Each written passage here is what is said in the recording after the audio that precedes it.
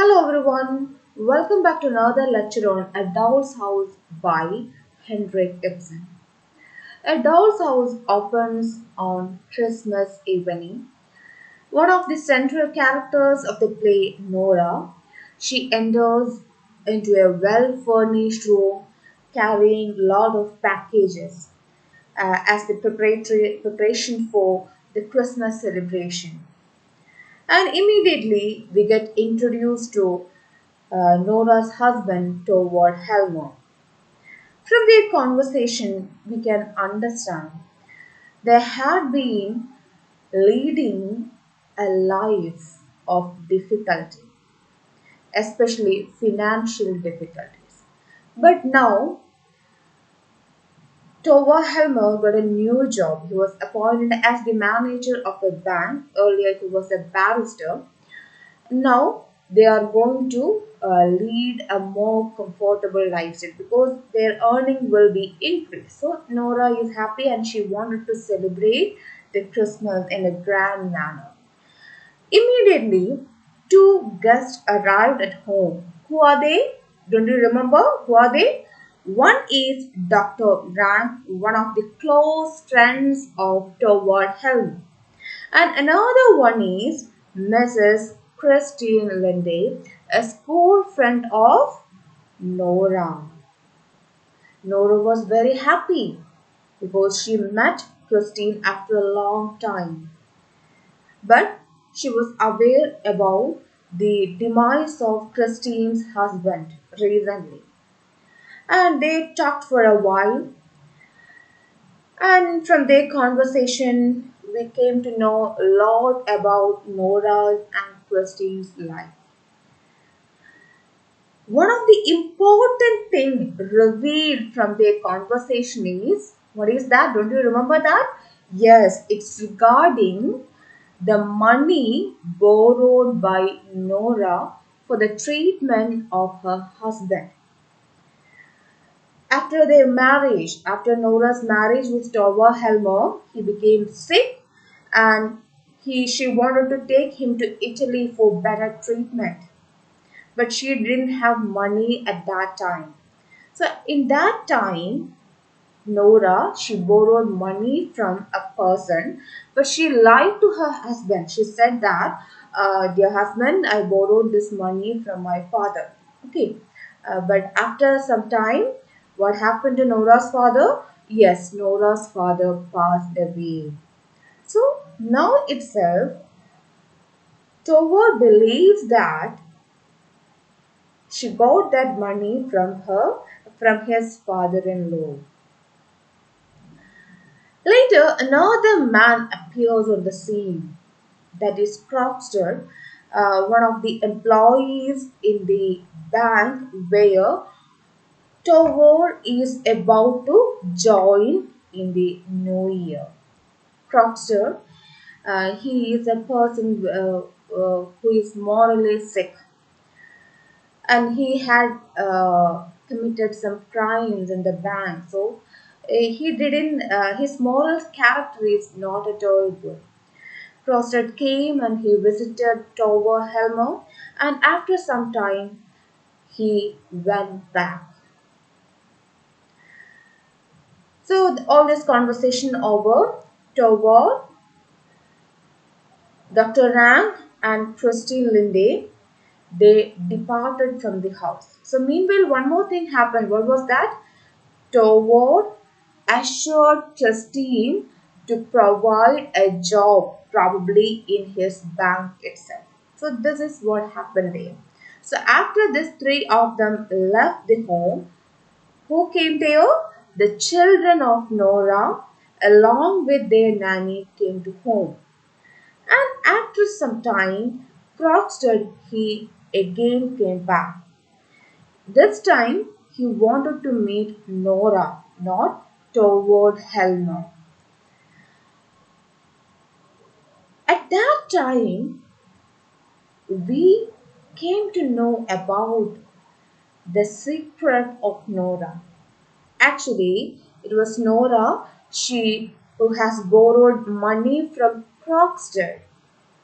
And Crockston pleaded to Nora that your husband, he is about to throw me out of my job because he is the current manager. He is going to take the charge in the new year. So he is planning to throw me out of my job. So Crockstead is also working in the same bank. So Crockstead seek the help. So you use your influence and help me to save my job. She said, no, I can't because I don't have that much influence. Immediately, Crockstead started to blackmail Nora. He said that if you don't if you don't tell your husband to save my job, what I'm going to do?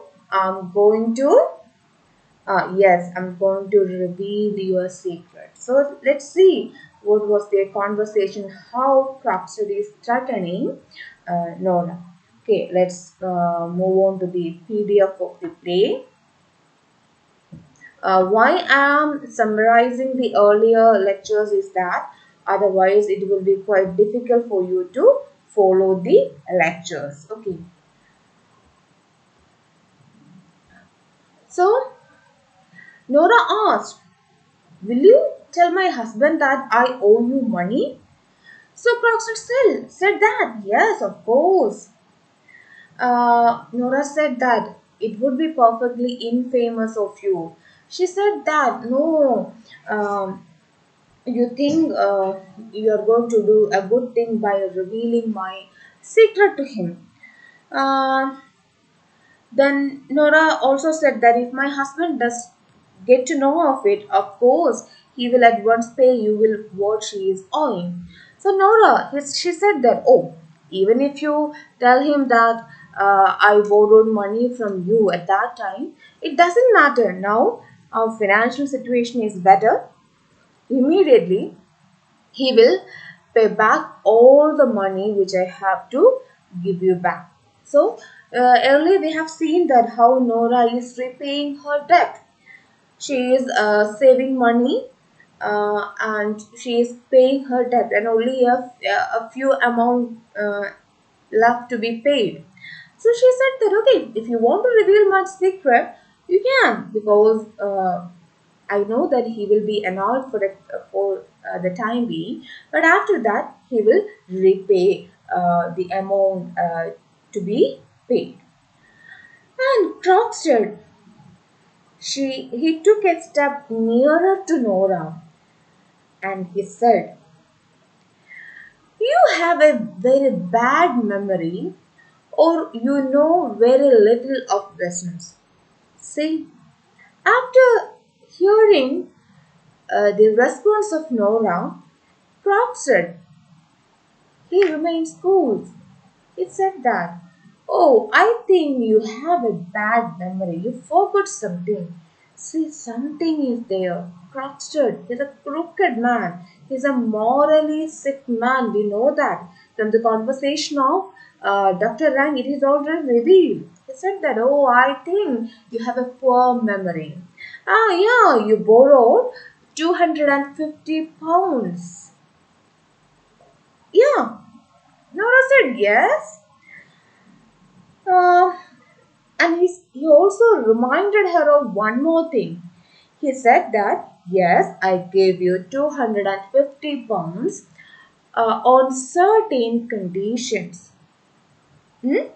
At that time, you were very anxious regarding your husband's illness and you were very anxious to get that money from me. And I ask you for a security. Usually, when we borrow huge amount, we have to give certain security. Even if we are taking a loan from a bank, okay, at that time they will ask for some security in case if we can't pay back that money, they will take that possession of ours. So, okay. And Crockstead reminded her, okay, I asked you to sign a bond. Nora said, yeah, yes, I do remember. I signed a bond after that you gave me that money. See, Crockstead, he said, yes, good. Anyway, you remember. about that bond you have signed. But below your signature, a few lines constituting your father a surety for the money. So usually, when we give someone a huge amount of money, somebody else have to sign for security. Okay, suppose if I am lending money, sorry, if I am borrowing money, in case if I couldn't pay back it, somebody else has to stand for a security. In case if I couldn't pay back, that another person will do that. So in that case, for surety, he asked the signature of Nora's father.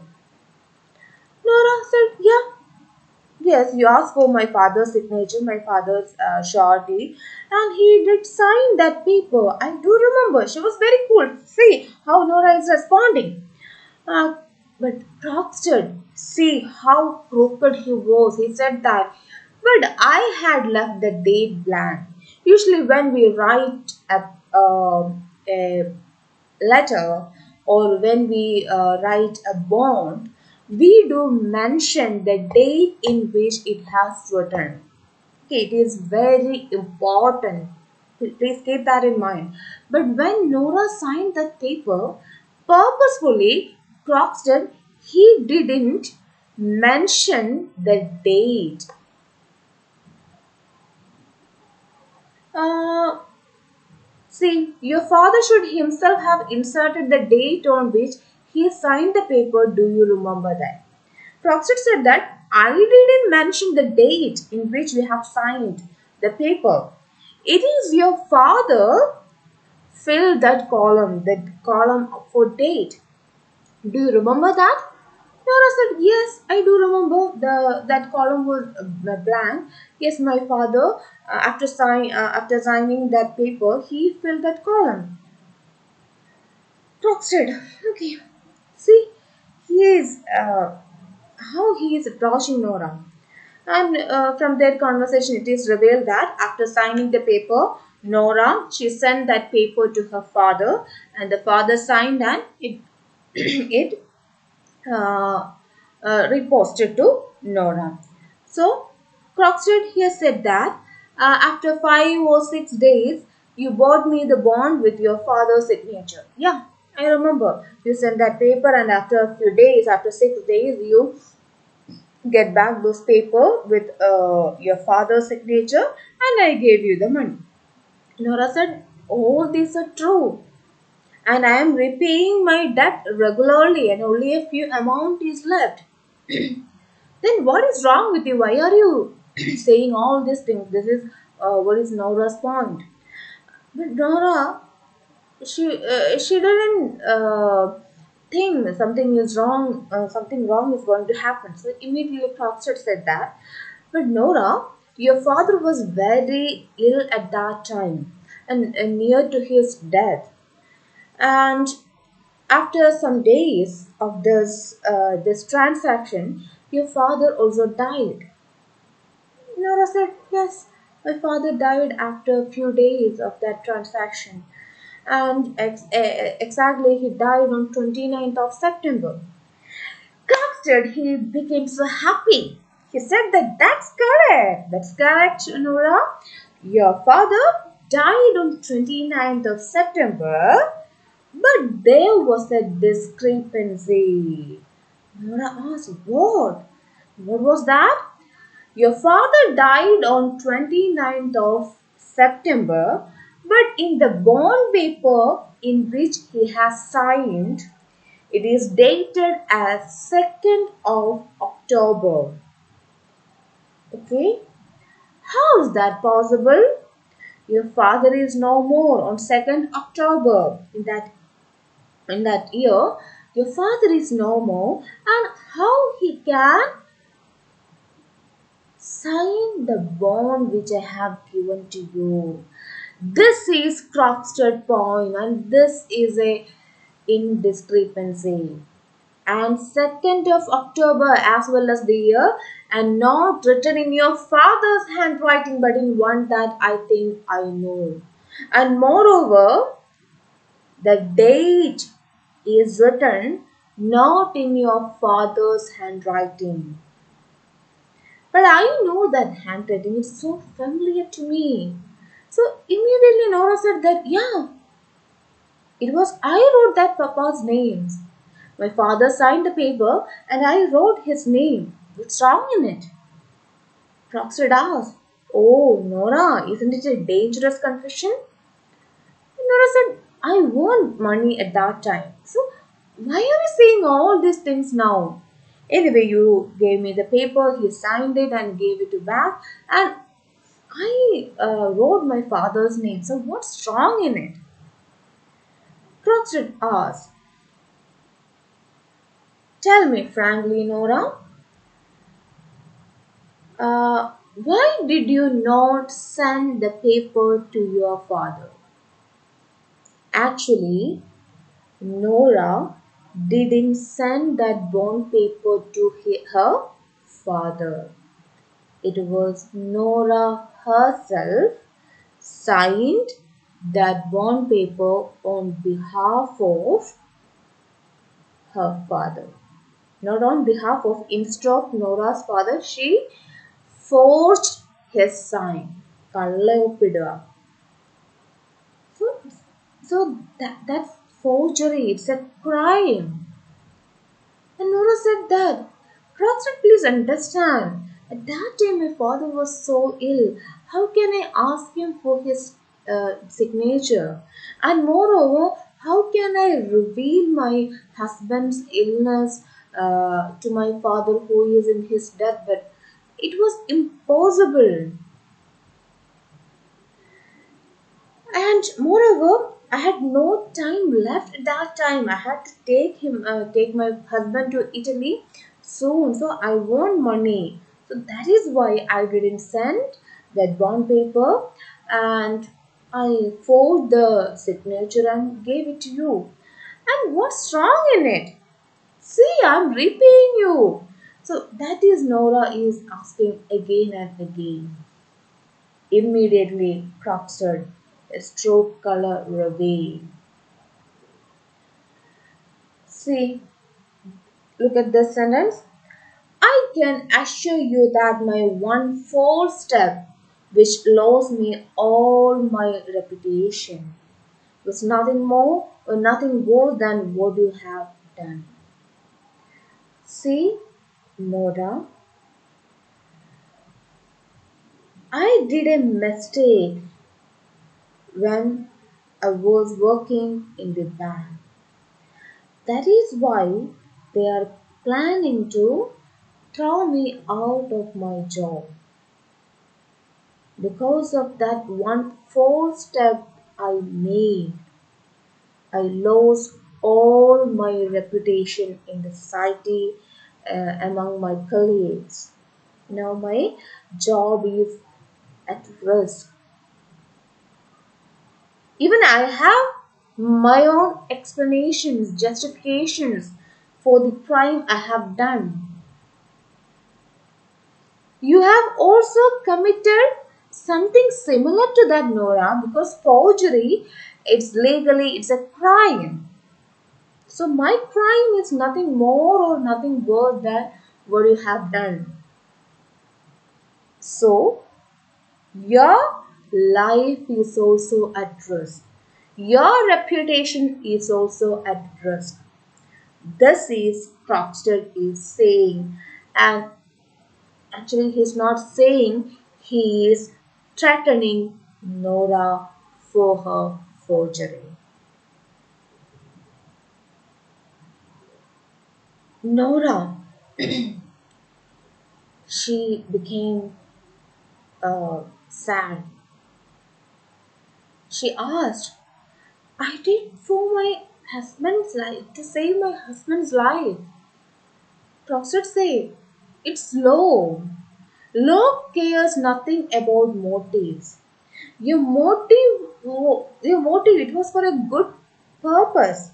But in front of the law, It is not like that. If I produce that paper in the court, you will be punished. Crockstead said. Nora. She said, I don't believe it. She asked, I don't believe it. How can a court can punish me? Can't God understand the feeling of a daughter, of the anxiety of a loving wife? I did all this for my husband's life. But I think law must permit us to do such things. Nora is trying to justify her deeds. Craxton said, if I he is saying that, but in front of the law, it's not like that, Nora. And one more thing I want you to tell you now.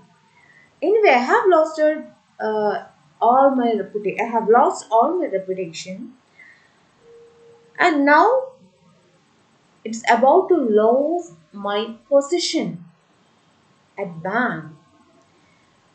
In case if I lose my job, you will lose your life and reputation along with me. I won't pay because I have that bond paper duly signed by you where you made a forgery. Nora, he became furious. He said, Nonsense, trying to frighten me like that? I'm not so silly as he thinks.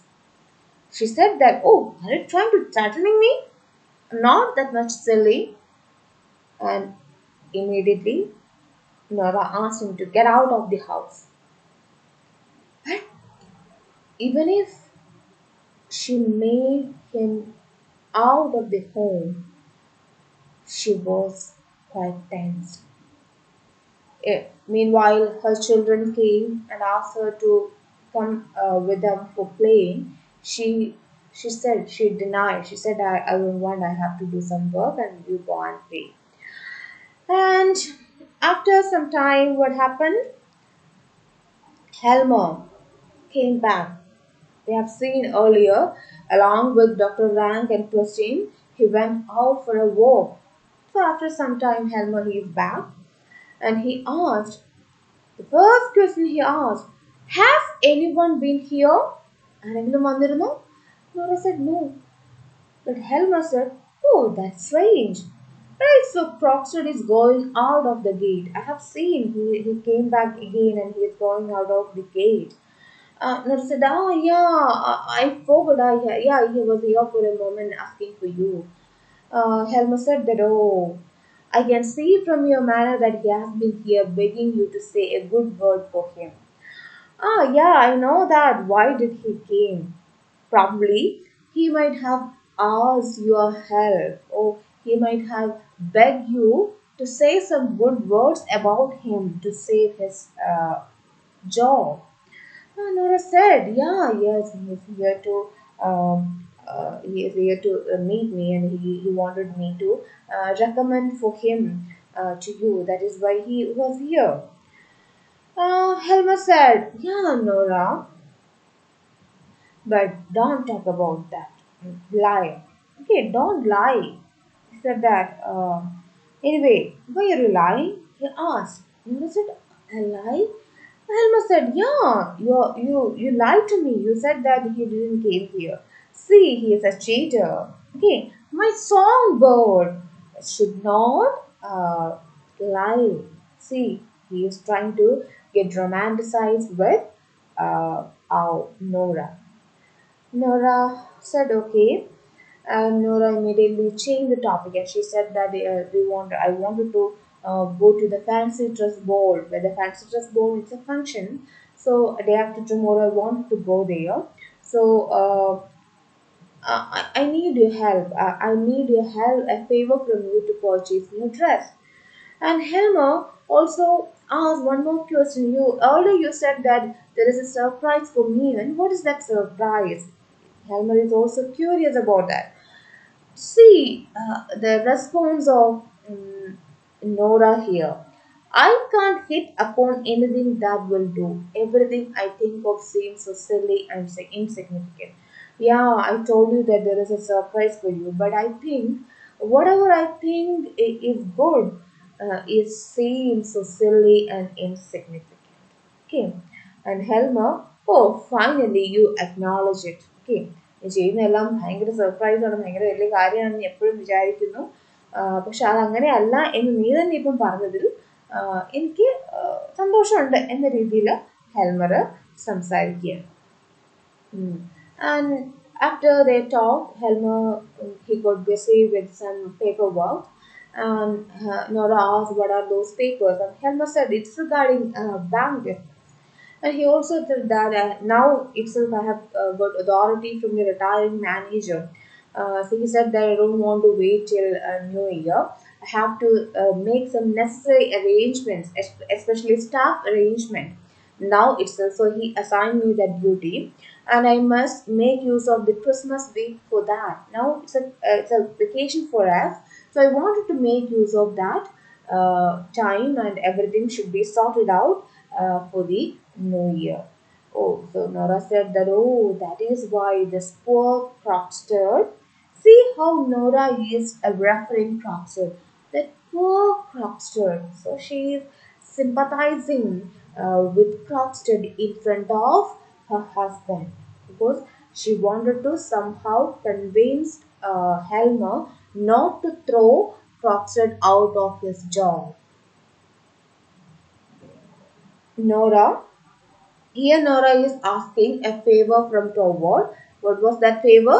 Yes, she wanted to wear a good dress for the ball, so he wanted to.